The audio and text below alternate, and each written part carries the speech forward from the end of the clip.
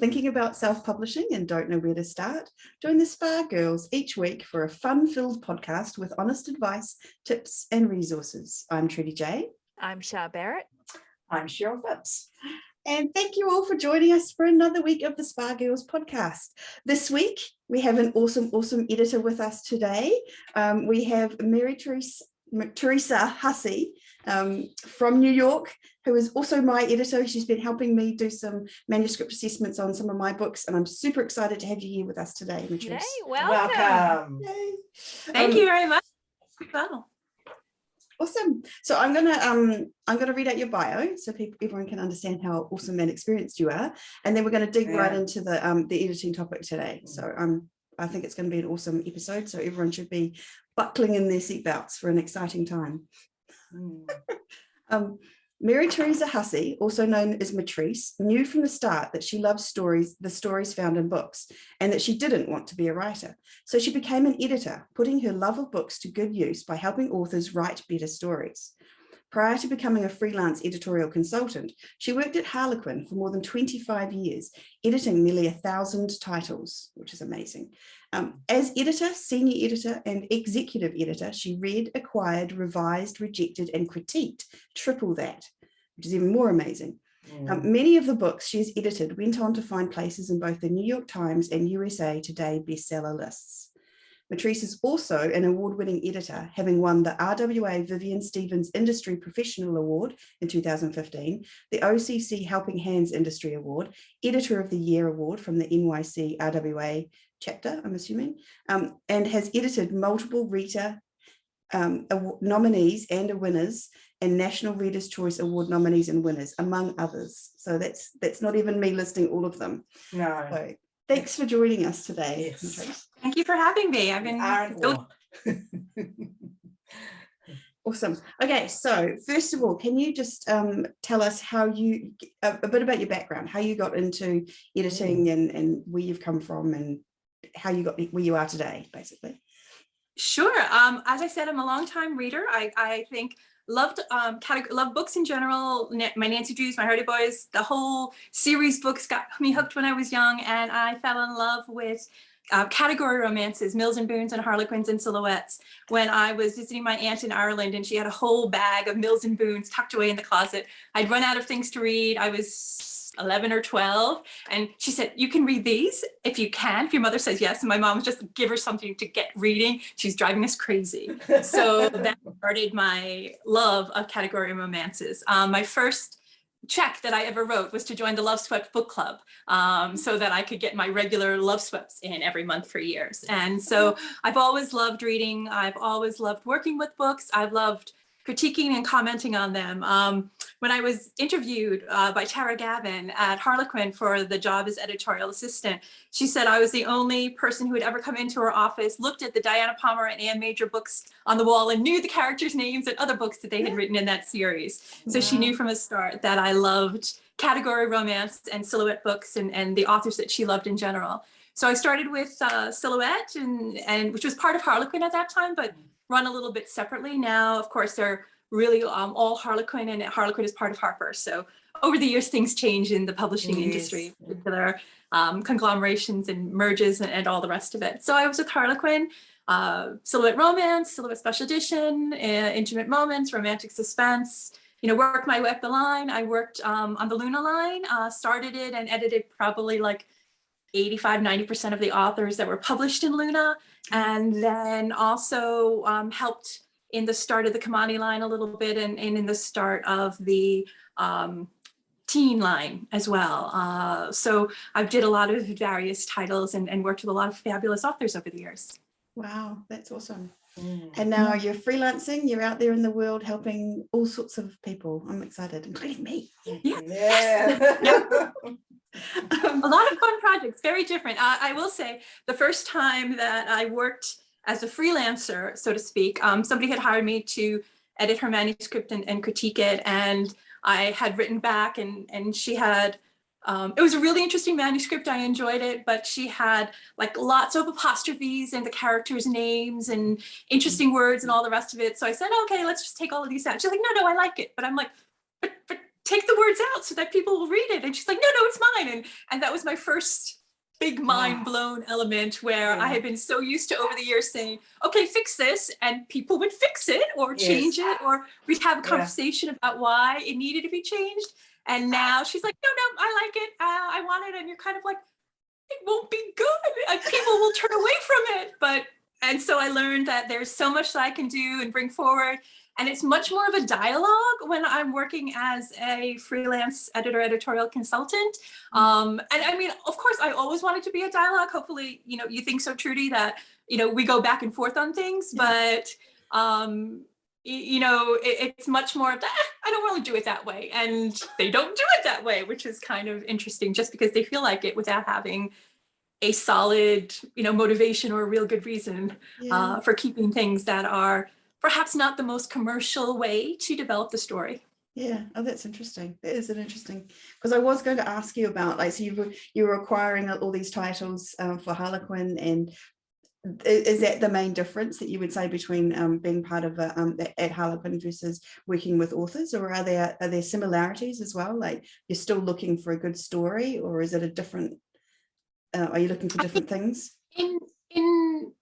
When you're, as some of you know, when you're writing category romance, it's kind of restricted in some ways. I used to compare it to a sonnet, in that you had to hit a certain rhyme scheme, you had to have a certain number of things happen, you had to have the ending, you had to have the pattern together, but within it you can be, romantic suspense or cute or sexy or funny or whatever it is, as long as you hit the beats in the romance area, in particular in category romance. And when you're working on more freelance projects or self-published projects, the authors might have a one book in them, or might have a series in them, or might have an idea for something that is not necessarily commercially, I won't say that it wouldn't be commercial, but it's not easily commercial. It's a little bit more idiosyncratic, it's a little bit more unusual, it's breaking the rules of the genre that they're writing for.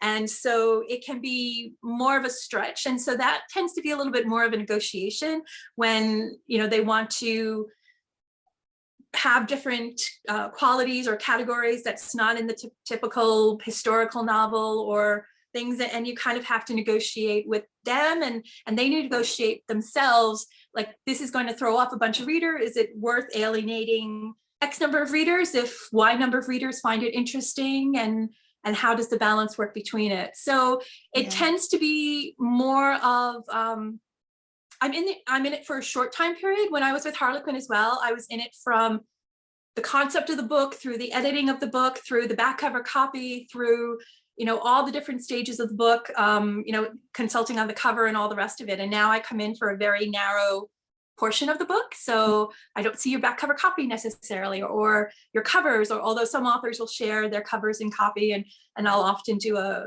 little rewrite or fix up of a copy that they're having trouble with, or I work more on query letters than I do, on for some authors than anything else. So it's a different mindset. And in a sense, it's more limiting.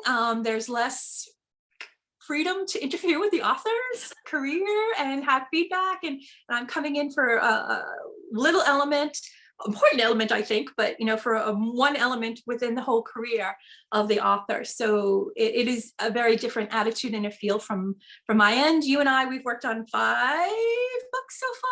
Yeah. So, I think we've got a good give and take and expectation, but for a lot of authors, I'm in for just one project and that's it. So it does have a different feel. Yeah, that's fascinating.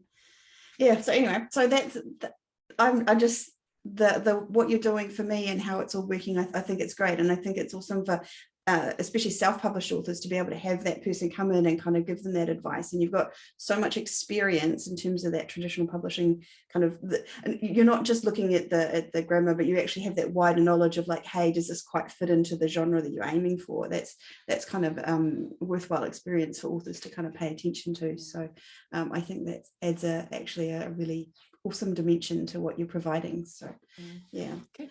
Okay, so actually what we wanted to talk about today was it's almost like what you would recommend as an editor for the self-editing process before it comes to you. So we've got 2 kind of top 5 things that we're going to go through. The first one is 5 big things about writing books, which is just your general kind of advice. And then the next 5 are the 5 picky things from an editor's perspective, which I'm excited by. But let's look at the first 5, which are the big things. So do you want to take us through? So start at number 1 and go from there. What are they? Sure. One thing I'd like to, I know writers struggle with this, and I know readers find it extremely important figuring out where to start your book. Like, you want to open up that book and immediately become enraptured by the scene, the setting, the characters, the emotions. I used to work with one author back in the Harlequin days, and she was a little late on her book, and then she was a little later on her book, and a little later on her book, and I was like, please, when am I getting this book in? And she's like, I'm still waltzing with the chapters. And I'm like, waltzing with the chapters? And she's like, yes, it's 1, 2, 3, 1, 2, 3, 1, 2, 3. She's done 10 different drafts of 1, 2, 3, and she can't start to chapter 4 until she's got the first 3 chapters in her mind. And only then will she be able to go on to the rest of the book. And I think, wow. I will say, when she got those first 3 chapters done, the book was done in like under a month, because she knew so well who these characters were, how they interacted, what their conflicts are, all of that together. So once she got those first 3 chapters, she flew through. But if you weren't as strong an author as she was, and if you weren't as strong a storyteller and confident in yourself, getting yourself bogged down by those first 3 chapters can ruin the book for you. It can lose all the mystery, it can lose all the tension, it can lose all the characterization. So I always say it's very important to have strong first 3 chapters, but what's even more important is to get to the end of the book and then go back and look at those first 3 chapters, because what you thought was so important in those first 3 chapters, by the time you get to the end of the book, might not matter as much, because the conflicts have changed, the characterization has changed, the interaction between the hero and heroine has changed. So yes, take care, do a strong opening, get to the back of the book, and then rewrite those first 3 chapters, I think, is really what I'd recommend if you're at all feeling stuck on a book or a project.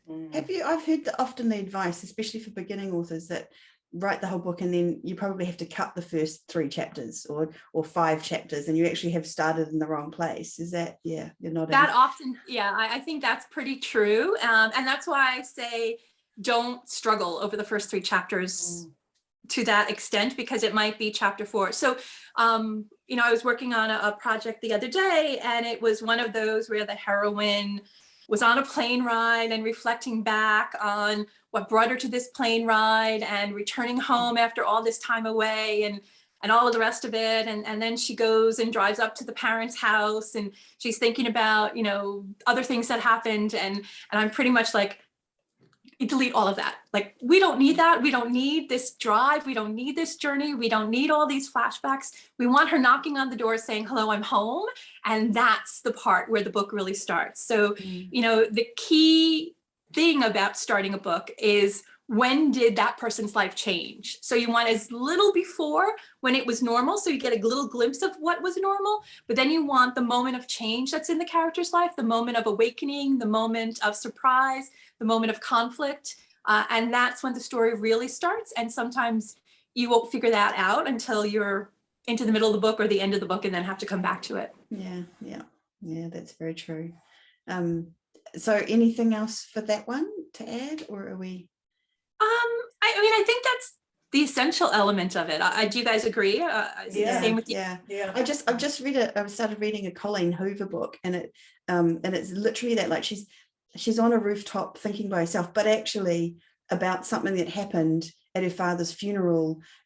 She did this terrible eulogy that was kind of like for this father she hated, and kind of shocked the audience. And it was like, so instead of starting at the funeral and where she was giving this shocking eulogy, Colleen started it actually with, and it makes sense in context of what you're talking about. I know why she started it where she started it, because that was all just the backstory, and you kind of get into the,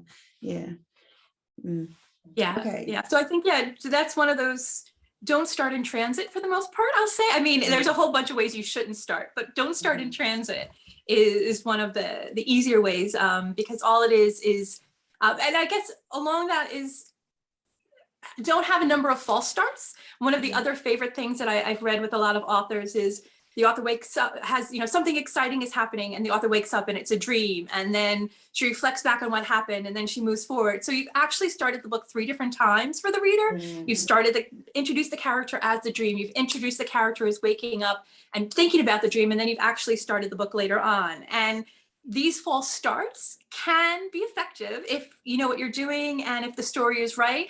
But often what happens for the reader, it's like, what? Still no story? Still no story? Still no story? And they get impatient to figure out when the story is actually starting. So, flashbacks, in media res, flash forwards, all of those things can be used, but use them judiciously and make sure that it fits in with the story you're telling and the type of character and plot you have too. Just don't throw them in willy-nilly to give a moment of drama. I mean, if you can't come up with drama for your characters, then think harder and do a little bit more rewriting rather than just throwing in some artificial drama.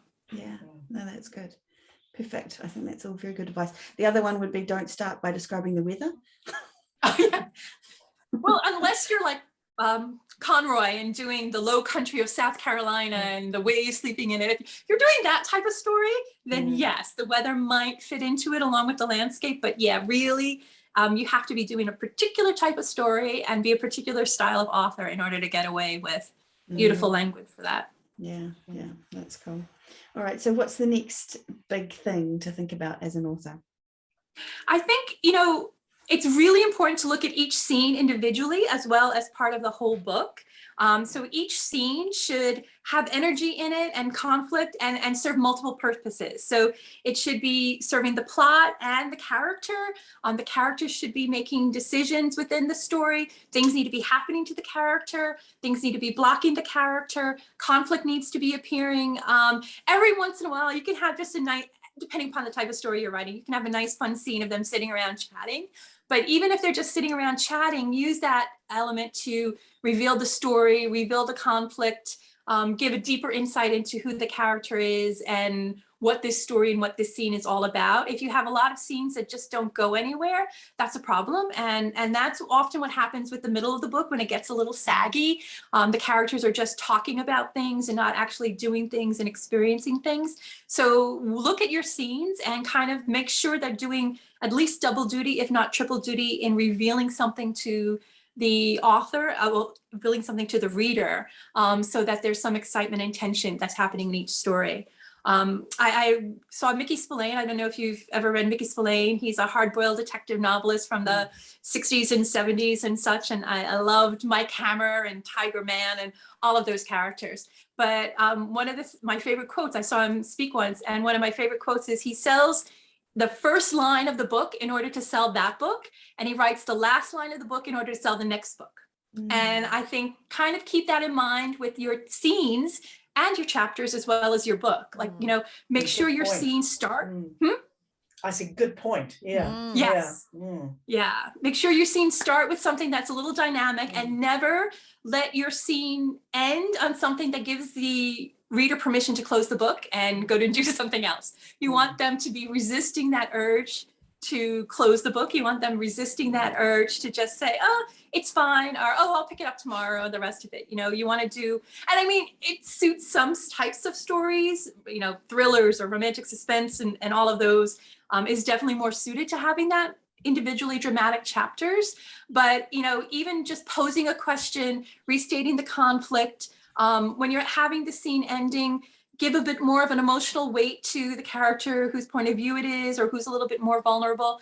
All of those points are really useful in commanding the scene, capturing the reader's attention, and making sure that something is happening at the end to keep them flicking the screen, turning the page, whatever, listening to the audiobook, whatever it is to go on to the next element. So that I think is the author's job, is never give permission to just close the book. Just always make it regret that they're closing the book at this particular point because they have to sleep or work or get off the bus or whatever. I like that. Make them regret having to close the book. That's an awesome line. Don't have them falling asleep peacefully, the character. Yeah. That's a good time to put the book down, isn't it? You want the bedroom door to suddenly creak open and a weird thing be. I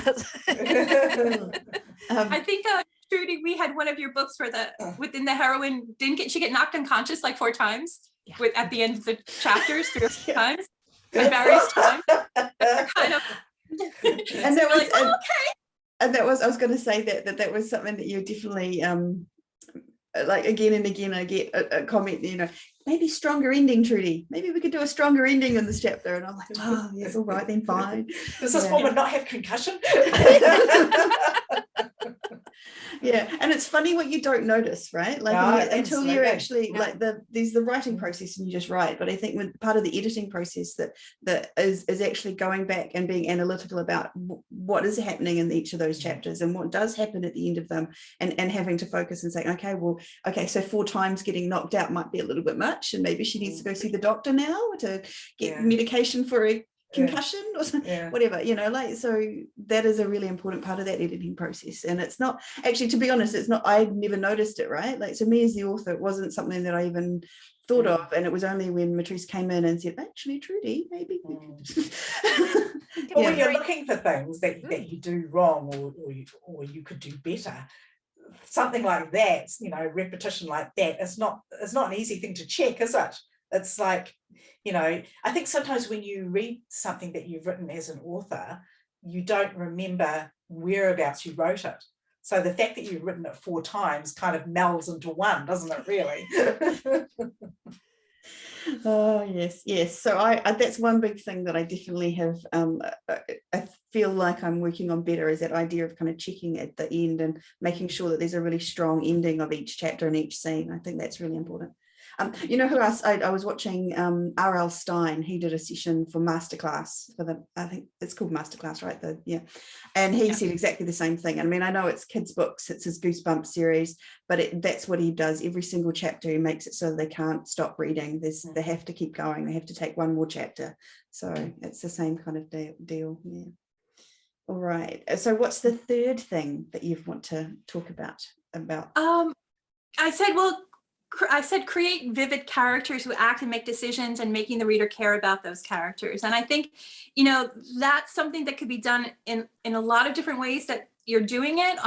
One thing in particular, if you're a beginning writer and you just don't understand, what you're doing anymore, I think taking a picture out of a magazine or the internet, or putting something up on there to remind you of the hair length or the hair color or the eyes or the attitude, and taking 3 or 5 words and putting them up next to that character. So when you look at that character, you see feisty or lonely or vulnerable or protector or whatever it is, I think is something that's really useful. I know that there are long pages of what the whole background is, and sometimes that's useful. I wouldn't necessarily need to do it all the time, but if you are that type, and I know the Myers-Briggs is not real science, but it is kind of a handy typing in which you can look at the character and see who is protector, where is their energy coming from, are they internal or external, how will this character react, what are the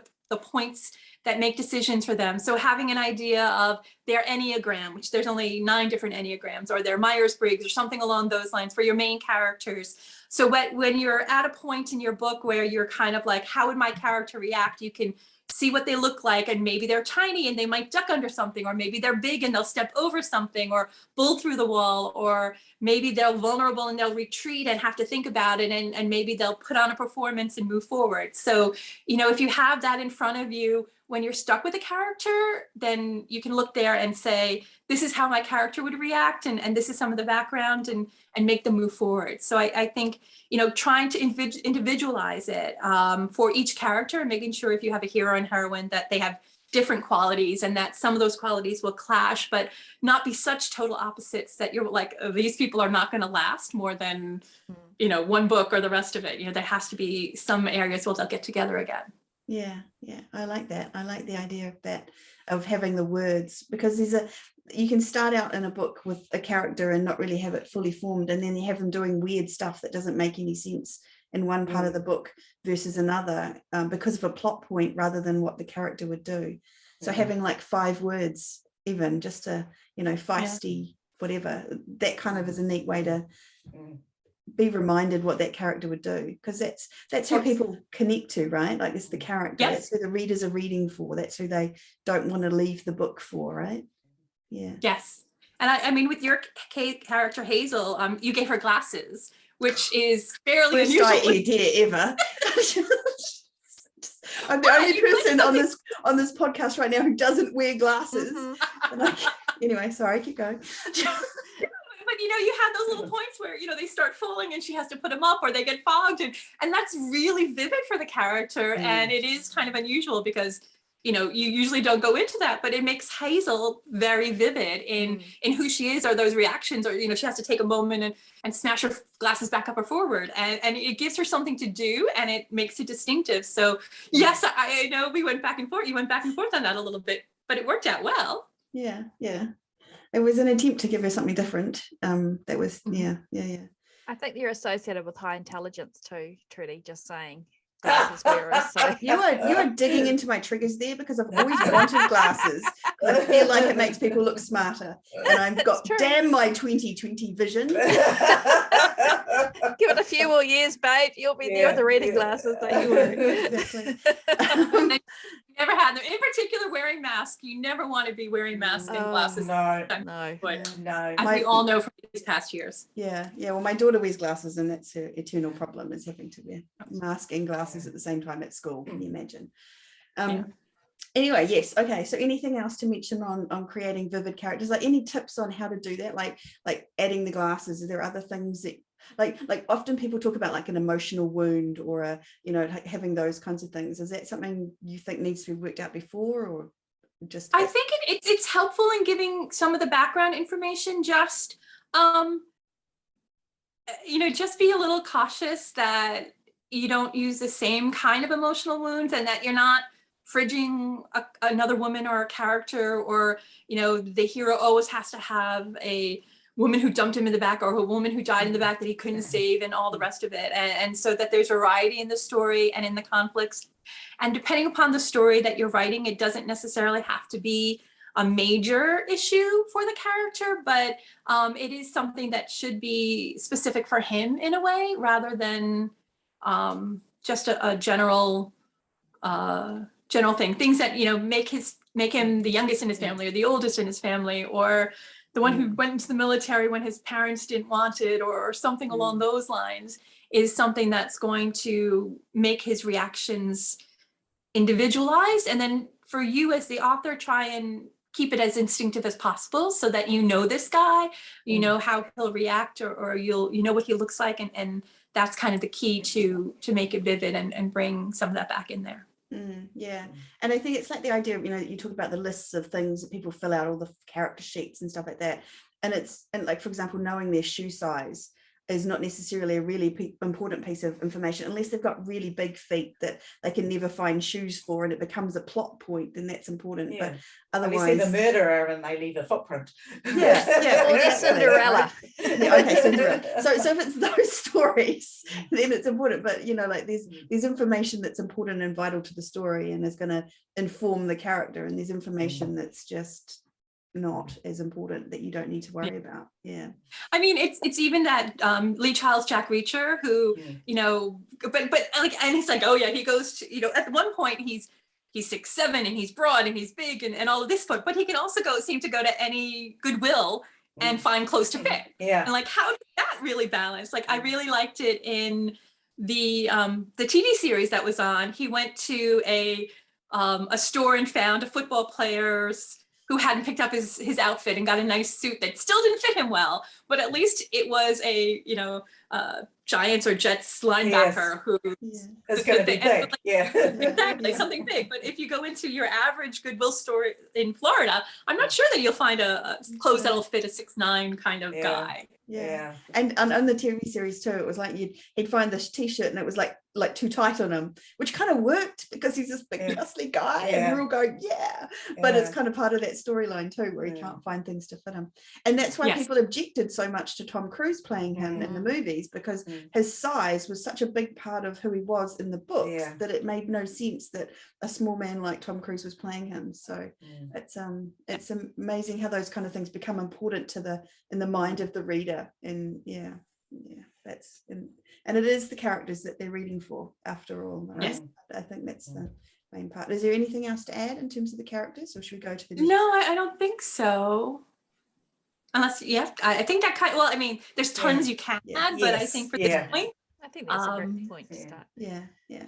Okay, so what's the next big thing for reading? well, it also is something to do with characters, but it's not to make it easy for your characters, and your characters need to have some kind of arc from the beginning of the story to the end of the story. I mean, even if you're writing a series, unless you're writing like a cozy mystery where it doesn't really change at all, there should be some progression from the beginning to the end of where the characters are, and a change to the conflicts and a change to the attitudes. And one of the things that I always say is the problem comes when you see the conflicts as a race course where they just go round and round and round, and they come back to the same conflict and they come back to the same conflict, which makes sense for if you're telling the story quickly, but it's also frustrating for the reader because it's like, don't they grow? Don't they change? So my suggestion is always to make it a vortex. So, if you're on the first round, then the next one, raise it up 10 feet. So like they're looking at the conflicts from a different area, raise it up another 10 feet. They're looking at the conflicts from a different area, and keep rising it so that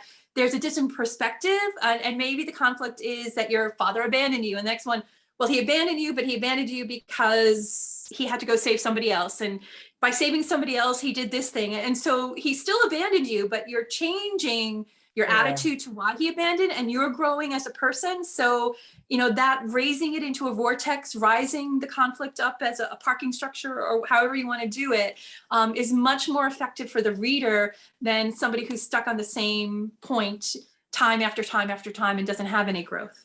Yeah.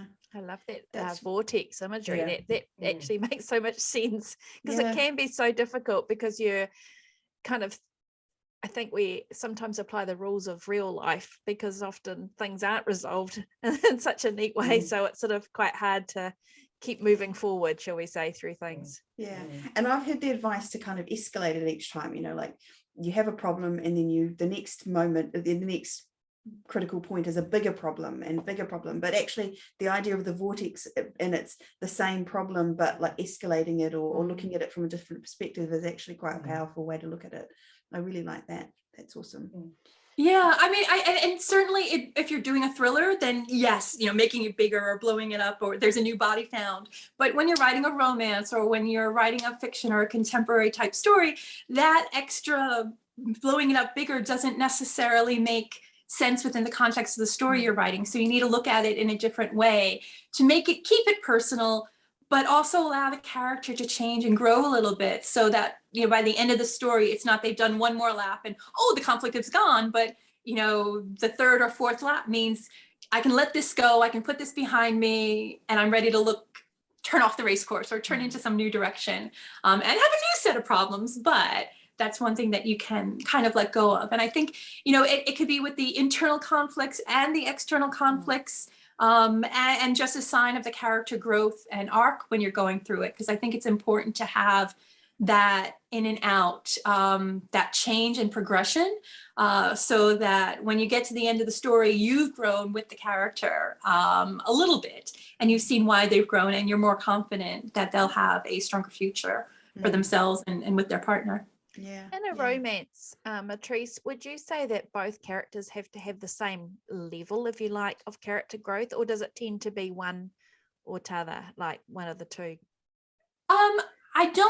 I think they both need character growth, but I don't know that it has to be a fully level. I mean, if you're taking a traditional kind of story in which you have grumpy hero and perky heroine, by the end, you've got to have grumpy hero lighten up again, and perky heroine understand that, keeping it, that there's time for serious things, or that, she's can overcome it, or she has to make it, whatever it is that the conflict is going to be. So, they might not go full out for the entire book. But I do think both of them need to have some element of growth. Like, nobody is perfect, and perfect characters are frustrating in a different way. So there needs to be some elements that are going to be able to tweak or to change or to develop. But no, I don't think, if the one's father abandoned him and the heroine's twin sister died in a car accident that she drove, and there's tons of drama all over the place. It's the author's gonna have a lot of work in order to do justice to both sides of it and to balance it. So I don't think both of them need to have incredibly fatal flaws, but I think both of them have to have flaws that will help with the other one. It makes sense. Yeah. It's not a competition for, orphaning up kind of thing. It's just a way to create tension and conflict, isn't it, really? Just to give them their flaws. Yeah. No, that's cool. And it's not just kill your darlings, which is kill off the sentences, but it's actually not to. If Wendy was here, because Wendy always likes to try and be nice to her characters, and we're always saying, be mean to your characters, come on, do some mean stuff. Yeah, and that's kind of what that is, right? You've got to create something for them to an arc, right? Like there's no arc, there's no story if there's nothing for them to overcome or grow through or become better people because of. I mean, one of the things I've always loved, but I've grown to love it even more, is reading Reddit am I the asshole kind of things, or advice columns, or Ask a Manager. I read Ask a Manager every day. She's my favorite columnist, and all of those.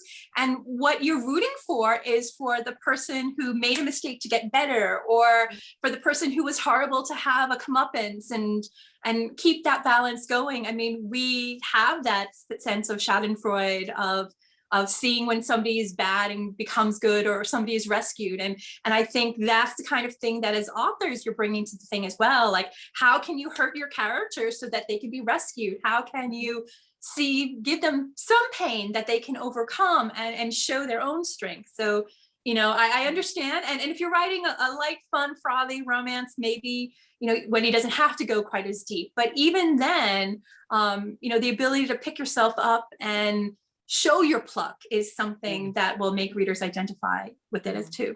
Yeah.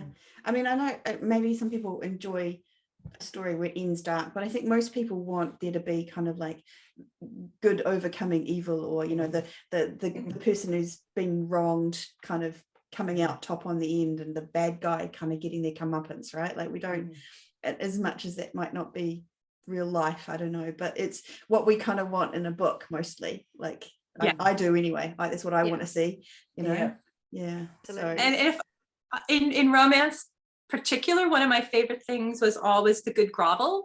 Like if the hero was an typical presency alpha hero, mean, horrible kind of guy, he needs to apologize at the end. He needs to get down to his knees. He needs to admit he's wrong.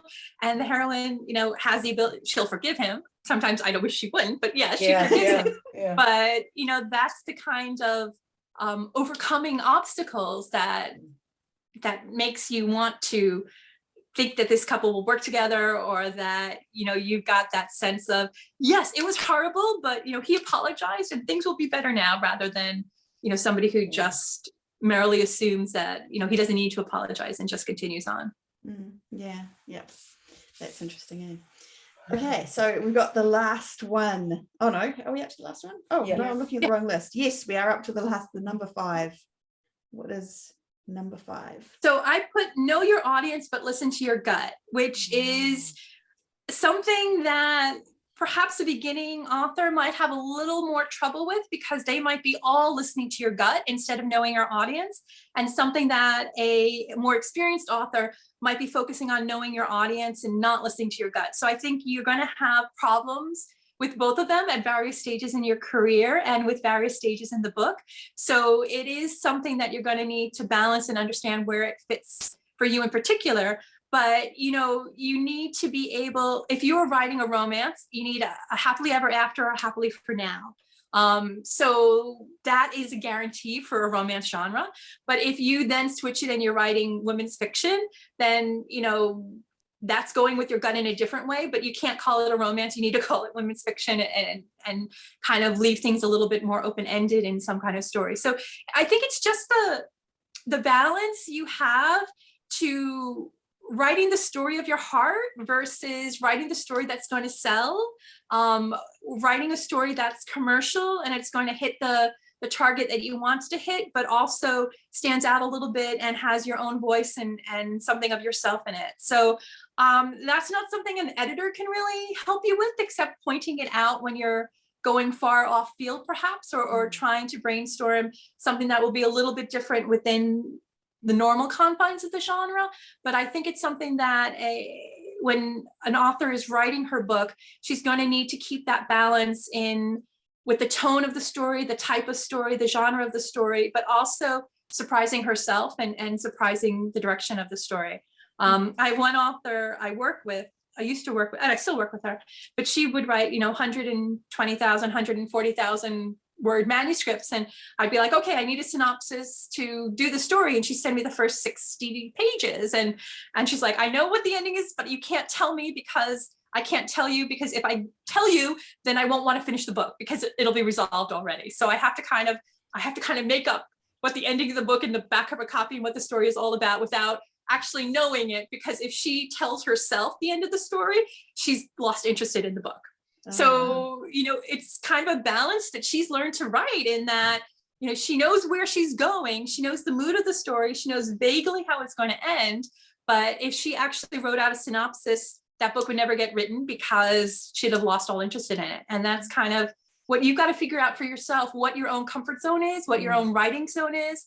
I work with another author who, they meet at Panera once a week and write at separate tables, and then just meet up and talk for a few minutes and then write at separate tables again with her critique buddy. And they can't be together, but they're in the same room. Or somebody else who Zooms, like they'll have the Zoom on with somebody else. They're working on their manuscript, not talking, but they hear the other person type tapping away, and that's enough for them to give it. So you have to figure out what's going to be your process.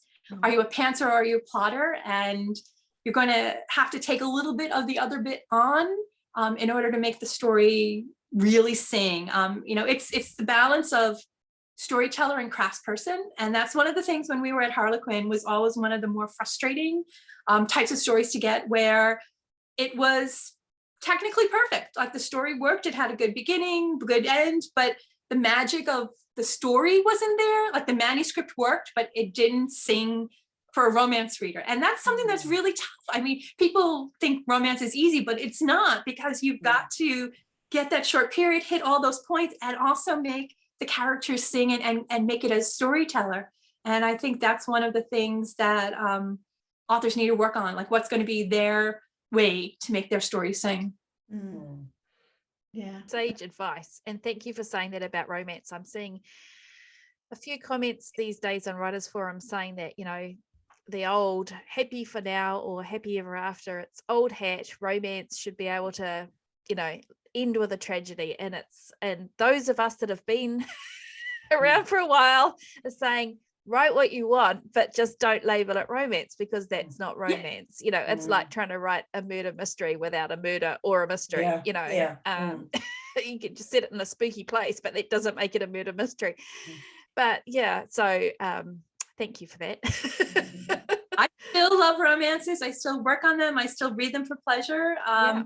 I still love that type of story. And there's nothing that beats that emotional satisfaction of overcoming it and believing in the happily ever after. Absolutely. It's delivering a delightful dose of hope and happiness. And goodness me, don't we need that? So yeah, and it's funny because there's a impression that maybe writing a romance is easy, and I actually think the romance angle of writing is actually the hardest part, like getting that right, and it's almost like, because there's this magic involved, like you were talking about, like it's not just about insert A into B or anything like that. It's the magic of it, like there's more to it than that. It's the magic of two people kind of meeting and falling in love, and that's not easy to write about. So yes, it's interesting.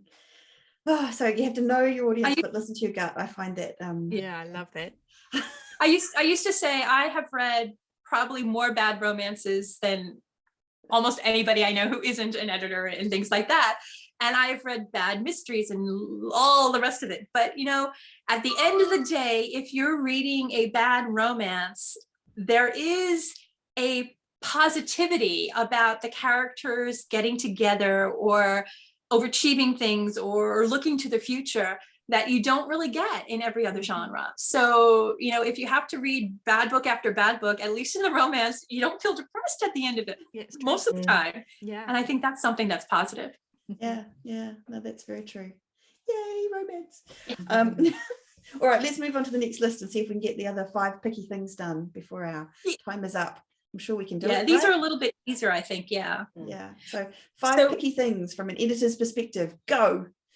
All right. One of the things that I push back a little bit is POV switching. Be sparing about it. I am not a total purist. Like, you know, I'm totally open to having different points of view in the book, in the scene, in the chapter, depending upon what goes. But if you are casually head hopping or breaking POV, I find that I have to stop and recalculate in my mind as a reader, who is talking at this point, who is the one who's vulnerable, who is the one who is going back and forth on it. And I that slows me down as a reader. So, you know, if you want to throw the dog in, or if you want to throw, you know, the neighbor in, or give a comment here and there, make sure that it's done for a reason, that it's done clearly, that it works within the story. But for the most part, try and not head hop, try and keep to one point of view within the scene as much as possible, and make it whoever is most vulnerable in that scene. And that's what's going to draw the reader along with you, and, you know, not have to make the reader stop and think about what's happening or who's speaking or where the story is going at that point. Because as soon as you do anything that distracts the reader, it pulls them out of the story. And that's what you don't want. So I think that's the thing with point of view. Maybe some authors or early authors are thinking, oh, it doesn't matter, you know, point of view, what is it? But it's the pulling the reader out of the story and having to think, oh, who was this speaking again? That's the problem. Yeah. And I mean, and I'll put a subnote under that one. It's like when you're using dialogue and you're using said, which I'm totally, you know, said is better than all the Tom Swifties and all the rest of it. But, you know, you definitely need to have repeat names if you're jumping point of views and all the rest of it. But being able to tag it with an action tag instead of a dialogue tag, and really, you know, make sure that the reader knows who's speaking and who's interacting and who's going on the scene is another key thing for a writer to do. I read a book once, and I'm not saying that I can't remember the name, and I'm pretty sure it was written years and years ago, and it had the dog point of view, but I only realized that after I'd read the opening sentence was, he licked himself and then considered her carefully, and I was like, well, this is an interesting hero. And it was the dog.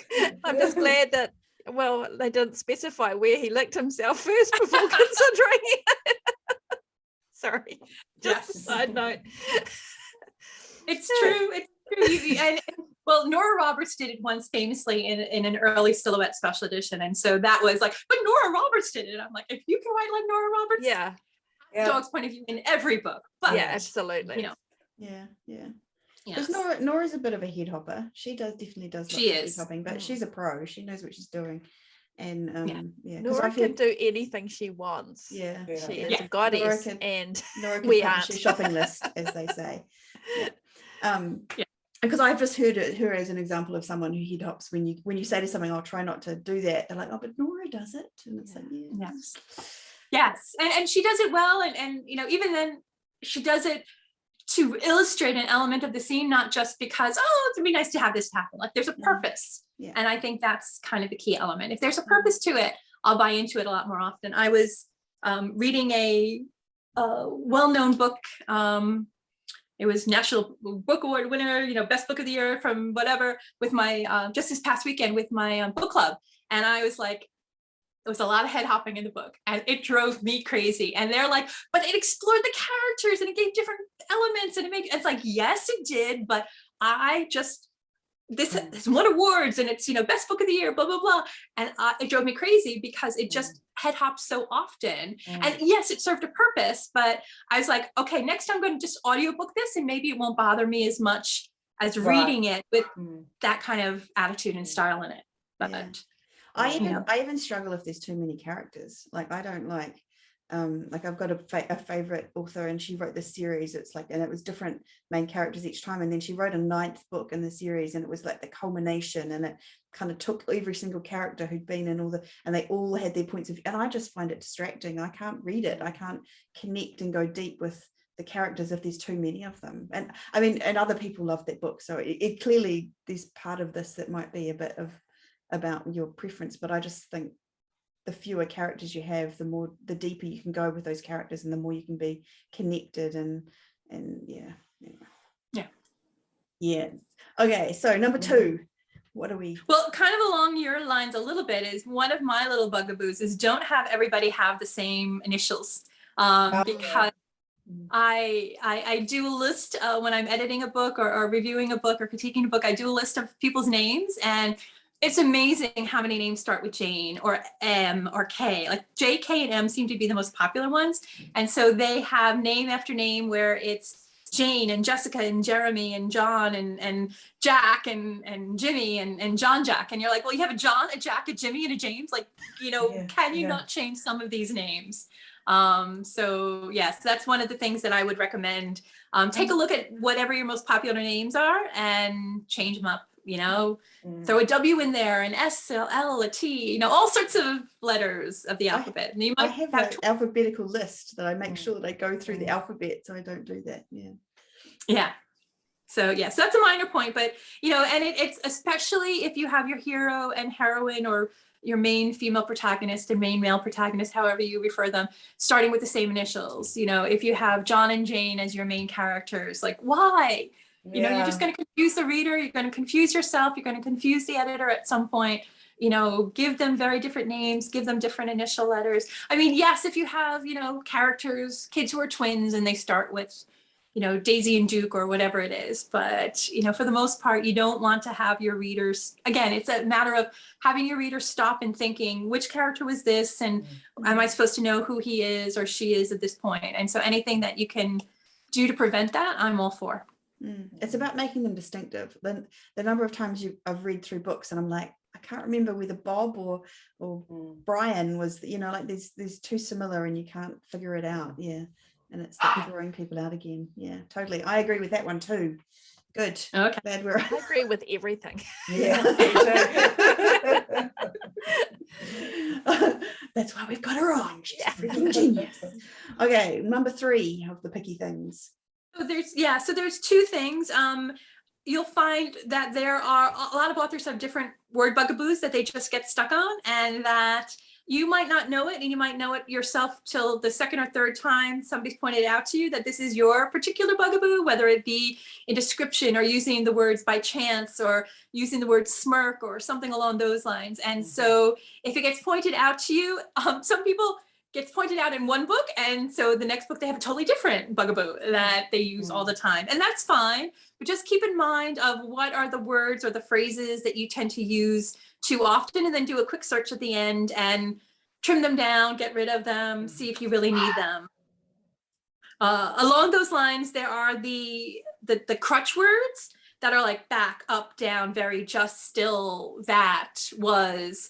These words can be 400 times in a 200-page manuscript, and then it's probably a little too much, and sometimes it's definitely needed. And I think if you look at books that were written 10 or 15 years ago, you'll see that nobody is kind of cutting out the backs and the ups and the downs quite as much.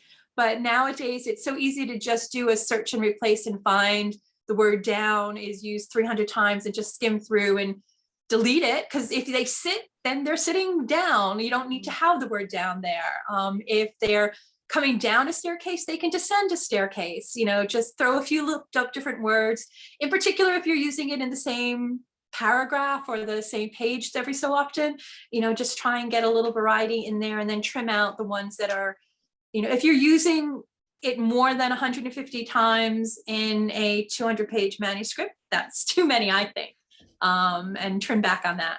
Yeah, that's very true. I go through and do that. That is my one. And do you know what the other one I do is I'm adding extra words that don't need to be there, like a little bit. So I always take out a little, or kind of is another one I add lots and lots. Like I'm clearly very wordy and I have to cut back from those Yeah. So the other I was going to say is a word cloud. So you could put your chapter, I don't know if the whole entire manuscript would go into word cloud, but definitely chapters, and just see what the words are that you're using most commonly, and see if there's any of the ones that we've listed off that might be ones that you can get rid of. Yeah, like that.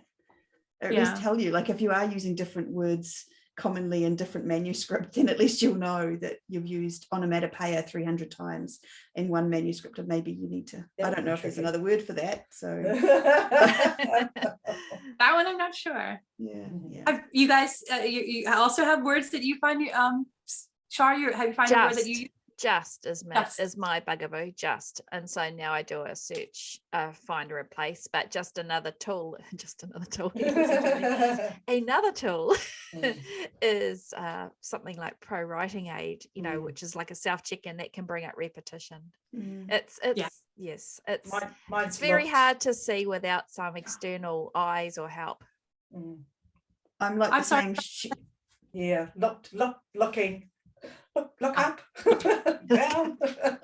And it's in a similar vein. Mine was like, I was always saying she looked over at the thing, or she stared at the thing, and I kind of she saw that this thing was over there. There was a lot of visual, and I just realized I didn't need any of that, and I could just say there was something over there without having to say she looked over there and saw it, or whatever. Which is and feeling. Yes. Yeah. And again, I mean, sometimes those words are absolutely necessary. Yes. Yeah. And there's no need to get rid of every single one. But if you have more than 100 in a 50,000 word manuscript, you can trim it back. You can trim it down. Yeah. If you have 100 in a 500 page manuscript, then that's not a problem. Yeah. But yet what you find is that they often are in the same paragraph even. And yeah. That's always a surprise. That surprises me. I'm like, how did that get through? How did I write that? Do you find that you start repeating, like there'll be one word, I won't repeat it anywhere else, and then I'll find one chapter where I've said it like 6 times or something, and it's like I got the word in my head, and then I just felt the need to keep repeating it because it was such a good word, and it won't be one of the common words like just and whatever. It'll be something that's like some random longer word and it's nowhere else in the book, but I would say for anybody that's starting out writing, and I kind of put myself in that boat, is just get it written first, because if you're trying to think of all of this as you're going, particularly the repeating words thing, you can sit there for a half an hour staring at your screen trying to think of a way to say just in a different way. So it's just put your justs in. Just do it. Yeah, and I guess that's the point of everything that we're talking about today, is all once you've written that first draft, I would be the best advice, especially if you're a starting out author, because otherwise you can get caught up in those first 3 chapters. If you're more experienced, like the one you talked about earlier, Matrice, who knew that she had to get that right to get going, but most of us, I think, just need to get the words down and then come back and look at it again. Because once you take out all those justs or whatever word it is, you're going to do some rewriting, and you're probably going to put some of the bloody things back in again. Exactly. Oh, the joys of all those experiences. I know. It's good fun. Do you know, it's funny though, because I've got another friend who like, I'm always going through editing, taking words out, like I pull out as much as I can, and she's adding words in. I'm like, it blows my mind. Like that's what she's doing. It's a whole different mindset. But I think that's the beauty of actually listening to how people write and how they self-edit and how they edit, how they're edited as well. You realize that there's so many different ways of doing it, and it's all fine, it's all okay.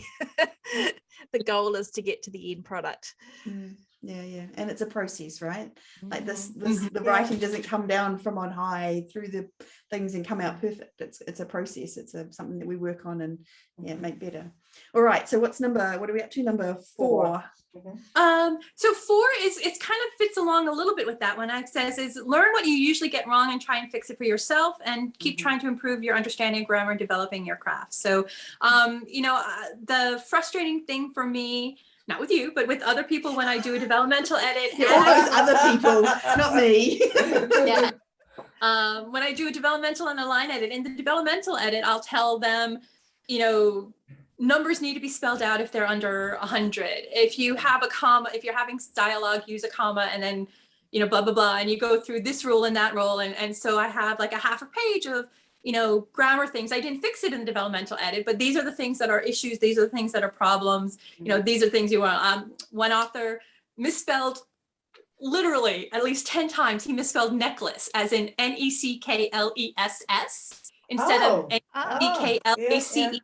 Different And meaning. so, I pointed out, and there was a couple of other words that he consistently misspelled. And so, I sent it off with developmental edit, and I came back to do the final edit, and he hadn't fixed any of those things. And I know I'm being paid to fix it as the editor and make those corrections, but after the 7th time necklace was wrong still, I'm kind of like, or the other words or all these other things that are going on, when you get feedback, you want to improve, you want to develop yourself, take the most common things and kind of keep them in mind, maybe not when you're writing, but when you're doing your own internal revisions, clean it up as much as possible for yourself and learn why the grammar is this way or why the craft is that way, because continue to read craft books because, you want to be able to improve yourself and you want to be able to break the rules knowingly rather than breaking the rules because, what if I'm not there to fix necklace, or what if I'm not there to put your commas in the right spot? You've got to be able to fix it yourself too. Yeah. And I also think from writer's perspective, author's perspective, if you're there having to fix necklace and other misspelt words or whatever, you're not going to be able to focus on other stuff to do with the writing. So you've got a certain amount of time and a certain amount of space to look at that writing. And if there's this, a whole bunch of stuff that you need to work on, you're going to do your best to get it to a certain level, but it's not going to be the same as if you had this manuscript come in at a higher level and you could work on it. I just think that's a really important thing to think about as well. Like you think, Tessa, I agree. Yeah, thank you. Good. And it's such an easy fix. The old find and replace function on Word works really well, for example, just find necklace and replace it with necklace. It's but it's those little things that you're trying to focus on, as you say, and develop on other things. But in the end I did that, but it's like just one more step of things you have to jot on your little paper of make sure you go through and find and replace this word and that word and this word and that word and all the rest of those. Yeah. And it is. And so it's always room for improvement. I'm always improving. I continually read websites and I read craft books myself, even though I'm not a writer, because I want to improve and sign up for Cam Weiland's plot and structure book or things along those lines, because, I need to be able to talk to authors with knowledge and examples and understanding. But so I think it's always good to keep growing and experiencing it and try a different book and give an idea that maybe this particular book will work for you. It might not. And that's perfectly fine if, that plot book doesn't work for you and this structure book does work for you, or GMC is your be all and end all, which is fabulous. So there are all of those possibilities, but it's worthwhile to kind of look at the others and give itself a try before as you improve. As somebody that's grammar shy, spelling's good. I passed the spelling test, but as a child of the 70s, we didn't get taught grammar very well here. So I'm really self-conscious about it. I know how things should, and so anyhow, are there any resources that you would recommend or any books? I've obviously Grammar Girl. I love Grammar Girl. I loved her before she right from the start. Is there something like should we be getting the Chicago Manual of Style, for example, and looking at the the Chicago Manual of Style is great, but it's also really intensive, and I struggle with that myself. The Intransitive Vampire was really good. That was the one I've got. I was just looking at my bookshelf. Okay. Where is it? Where's my Intransitive Vampire? All right. Is that a book or a person? A book. Okay. I've had Eat Shoots and Leaves. I like that one. Strunk and White Elements of Style for basic grammar stuff. I tried and I tried Strunk and White, and I'm afraid that Mr. Strunk and Mr. White didn't do it. Are not yours. But even if going through Stephen King's On Writing, Yes. you know, has a lot of good examples and things like that. The Forest for the Trees, if you're self-editing, things like that. One site I did find, and I've actually got it bookmarked on my browser, is it's the Purdue, I'm presuming it's how it's spelled, the university, and they have a online grammar lessons. I think it's grammar or it's punctuation. I'm not great at that either. So I don't know. I've gone through a few of those too for students. For me, it's commas, because I swear, I don't know if this is a thing. I feel like commas are done differently in America versus Yes, Britain. they are very much. You guys love your commas. I'm always putting commas in, and then my editor comes back and is like putting them in different places and taking them out of other places. I'm like, I swear that was where you're supposed to put the comma. I was taught you would never put a comma before an and. So you would never, ever do that. That was akin to not having a capital letter at the start of a sentence. And now it's, Well, it depends. Oxford sometimes comma, it isn't depends, it? Sometimes you do, sometimes you don't. Depends what the sentence is. Yeah, I mean, the Oxford comma, that is the big one. Like, I do prefer the Oxford comma, as Eat, Shoots, and Leaves would agree. Yeah, me too. But Harlequin's rule style is no Oxford comma. So my mind shift goes back and forth between the two of those. The one I think I see most people get wrong or have concerns with is the compound sentence with the comma. Yes. So if there is a subject on both sides of the and or but, you need the comma. And if there is a subject on the first side but not on the second side, you don't need the comma. So that I think is key, is one of the key ones that I see people get wrong all the time. The one that I see, today I was reading a book, and it was mantle and mantle. So the cloak versus above the fireplace. So my little mnemonic for that is telephone, go above the fire escape. And so TEL goes above the fireplace.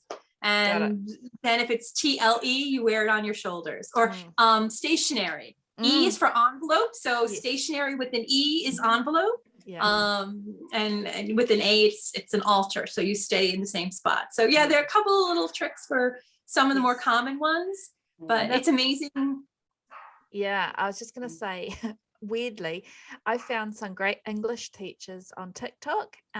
Is an American lady who's amazing. I can't remember her handle offhand, but I will put it in the show notes. I've learned so much from her that I learned in 13 years of schooling. Like, she is amazing, and she does because I never knew what a compound sentence was from a block of chocolate, but I know what it should look like.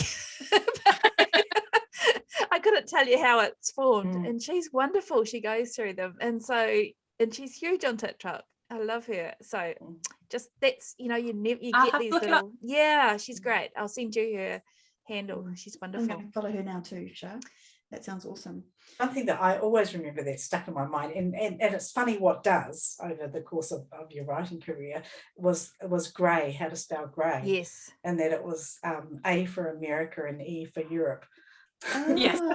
Oh, that's good. I didn't know that. So I never get that wrong. The other one is blonde, whether you put an E on it or not. And then I had an editor say it's E for women and no E for men. And then since then it seems to be that it's just been decided that that's sexist, and maybe it's just no E. I don't know. I thought that was the French, how they have the feminine words. Well, it was over the time, but the current recommendation from Chicago Manual Style in the past year or so is just get rid of the E, because it's when we were at Harlequin, blonde was with an E was a noun.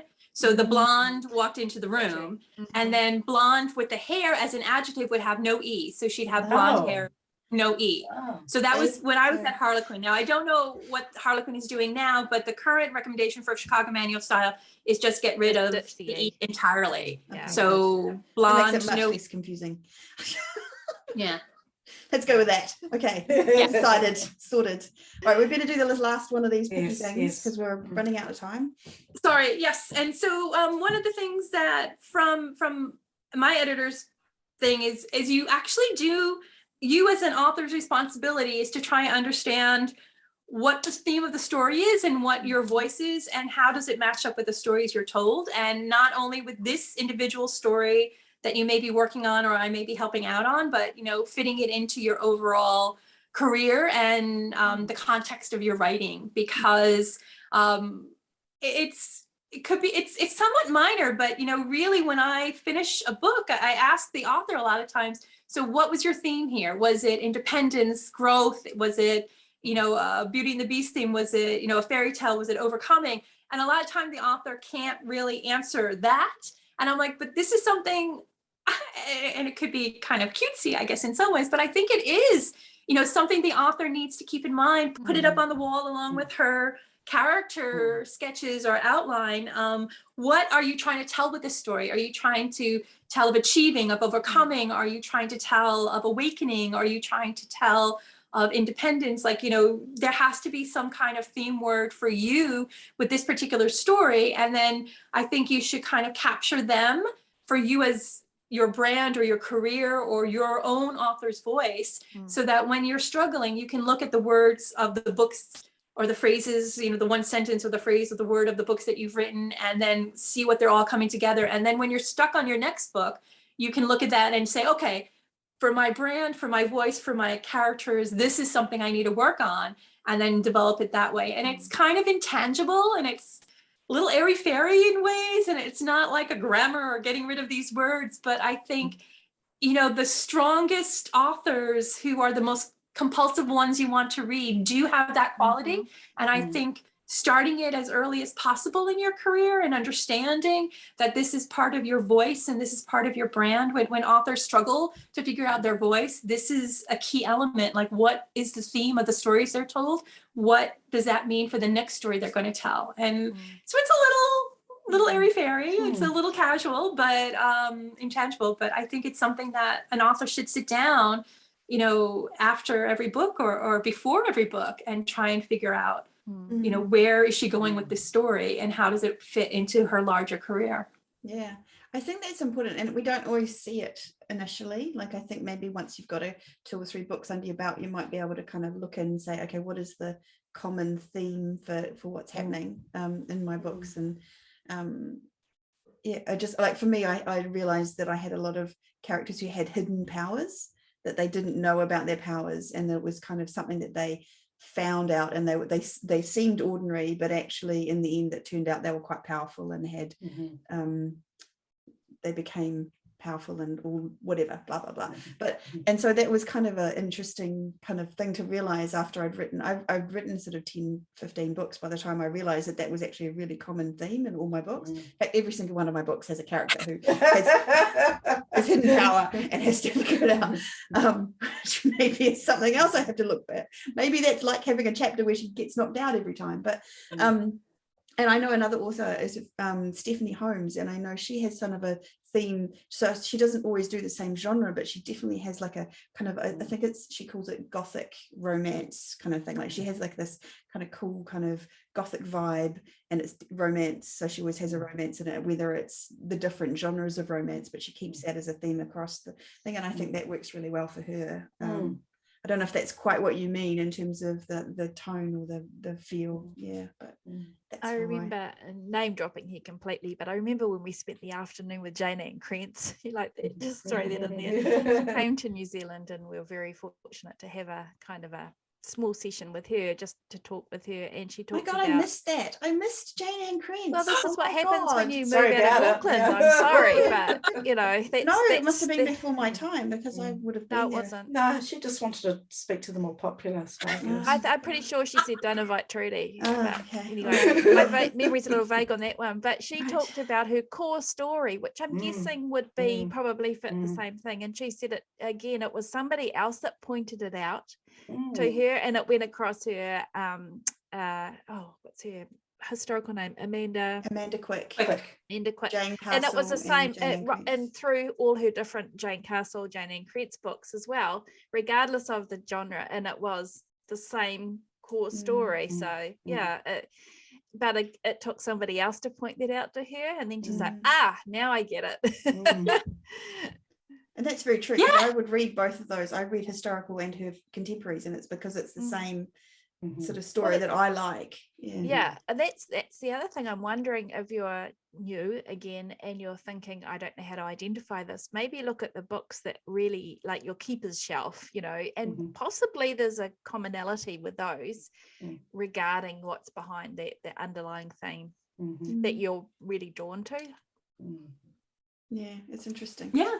Because it is quite a hard thing to spot, don't you think? Do you think? I mean, it's probably easier for you as an editor to read someone's stuff and go, this is what they are. But as the author, we're sort of like, can't see the wood for the trees. In some ways, yeah, it is, because you're also developing your voice and adjusting it and changing it, particularly early in your career.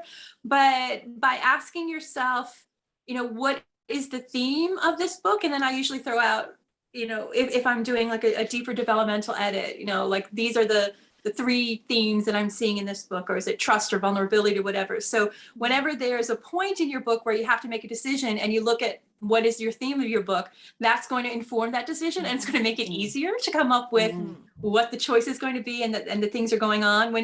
If you have an idea of what your common core is, or your common elements of your stories, it also, when you're writing your next story, it's going to make a little bit easier if you have an idea like, this is my ideal story and I can tweak it in this direction, but if I go far away from this quality, will it resonate with my readers in the same way, or will I have to pull it somewhat different? So I think it's worthwhile to sit down at the end of your book, at the beginning of your book, and look at what the theme of the story that you've written in 1 or 2 sentences, 1 or 2 words, and kind of keep building on that, so that when you're 4 or 5 books down, it will help you identify your voice more easily.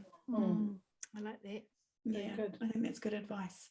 Awesome. See, I knew we were right to get you on the show. Your genius advice to Matrice for hours and hours and hours, and we have. But unfortunately, but we better let the poor woman have a break. Have a break from us. But Matrice, thank you so much for being with us here today. I've really enjoyed it. I love talking about these books, and I love talking about writing in general. I mean, as I said, I am not a writer. I never could be a writer, but I just love the whole process of creativity, imagination, and the commitment that authors have to getting to the end of that book. Not once, not twice, but 10 or 15 or more times is always quite remarkable to me. So, I appreciate all the stuff that you write in order that I can read it. That's awesome. Thank you. So if someone wants to work with you, where can they find you, or even just find out more information? Sure. My website is goodstorieswelltold.com. So I am a little behind on updating it for the past 2 years, but the email is there. Matrice at goodstorieswelltold.com, MATRICE. And I've kind of fallen off social media a little bit, but I'm hoping to go back, and I do check out Twitter, and even if I don't post much, I do, catch up on what's going on and things like that. So those are all places that you'll be able to see and check me out. Awesome. Thank you so much. And I can wholeheartedly, oh my God, can't speak, recommend Matrice. She's an awesome editor, and I value everything you've done for me. And thank you very much. I've enjoyed the stories. Yes. Yeah. So so some of you can go check her out, not all of you, because then she'll get too busy and she won't be able to work with me in my books, but some of you are allowed. Otherwise, where can we be found, Shah? So we can be found at spagirlspodcast.com, and that's got our archive of all 341 by the time you listen to this episode on there. We haven't been doing it for 25 years, quite as long as Matrice, but in podcast years, I'm saying we have, because I feel like every year on a podcast is like 7 years in real time. Seems reasonable. And we're also on Patreon at patreon.com/SpaGirlsPodcast, and you can welcome to join us there, and we would really appreciate your support. And the $10 tier, come along and join our Spa Girls Superstars community, where we will be going live in there at fairly regular times and talk about the nuts and bolts of what we're doing behind the scenes and helping out with self-publishing questions. Yeah, awesome. Well, Thank you, Matrice, again for joining us. Thank you. Thank you all. I've had a wonderful time again. Yes. Thank you. And thank you to all of our listeners for listening to another episode of the Spa Girls podcast. We'll be back again next week. But for now, farewell. Bye. Well, bye.